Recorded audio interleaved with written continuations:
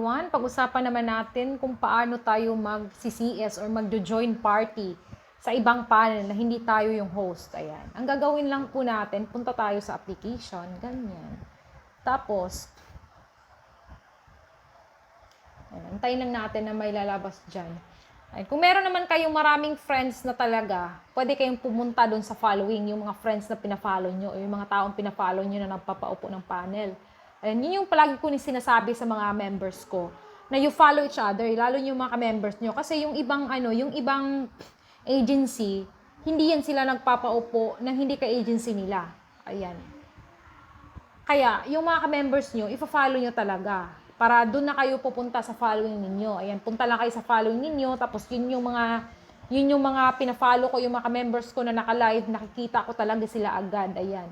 Tapos nakikita ko kung sino yung may bakanting upuan. Ayan, si Bio, 3 yung nakaupo sa kanya. Ayan. Si Nes, para naka solo live to. Ayan, may mga nakaupo. Ayan, si Ate Rose. Ayan, si Ate Rose, dalawa lang yung sila nakaupo. Punta natin, try natin kung merong mauupuan tayo for CS. Ayan, dalawa lang talaga yung nakaupo kay Ate Rose. Pag nag-enter naman tayo ng party life or gusto nating mag-CS, yung CS tandaan na yung 2, 3, 4 na upuan lang ang for CS. Kasi yung ibang upuan, kahit makaupo kayo ng 5 hours dyan, hindi kayo makakakuha ng rewards. Kasi hindi yan siya pang CS. Pang ano yan siya, pang tambay-tambay lang dyan. Ayan. Kaya huwag kayong mag-aksaya ng oras. Pag magkaka-round set kayo or magta-tasking kayo, upo talaga kayo sa upuan na 2, 3, 4. Tingnan nyo, may vacancy Ate Rose. Ang gawin nyo lang is magpaalam lang kayo sa tao, ate. Ayan. Mag-type lang kayo dyan sa baba. Chat lang kayo dyan. Ayan. Host. Ayan. Pwede ba ako maki-CS? Paalam muna. Ayan. Ganyan.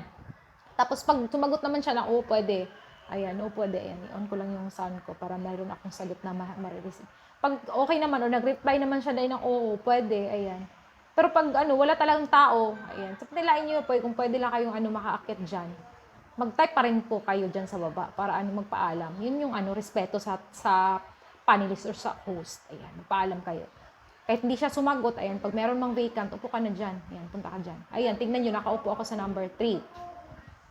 I-mute ko lang yung sarili ko para hindi po lalo na pag maingay yung paligid, respetuhin naman natin yung mga nakaupo diyan, baka mabingi sa ingay ng paligid natin.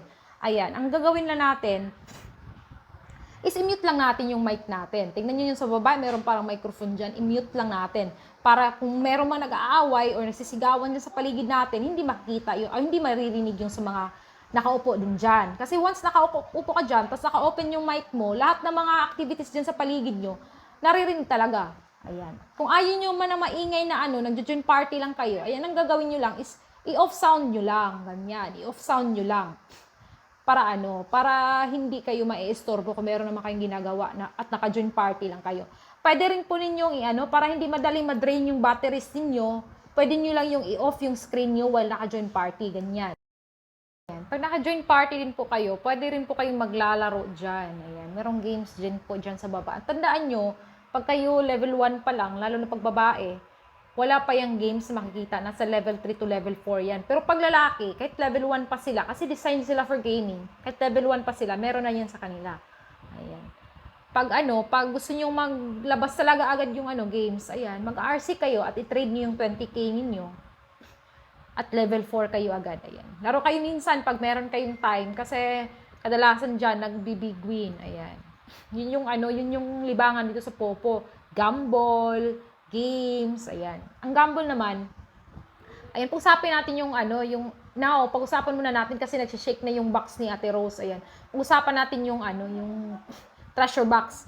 Pindutin nyo lang pag naka-shake na siya, ayan. Pindutin nyo lang, tapos para makakuha kayo ng coins, ayan. Ayan, 5 yung laman, ayan. Click lang kayo kahit saan dyan sa screen.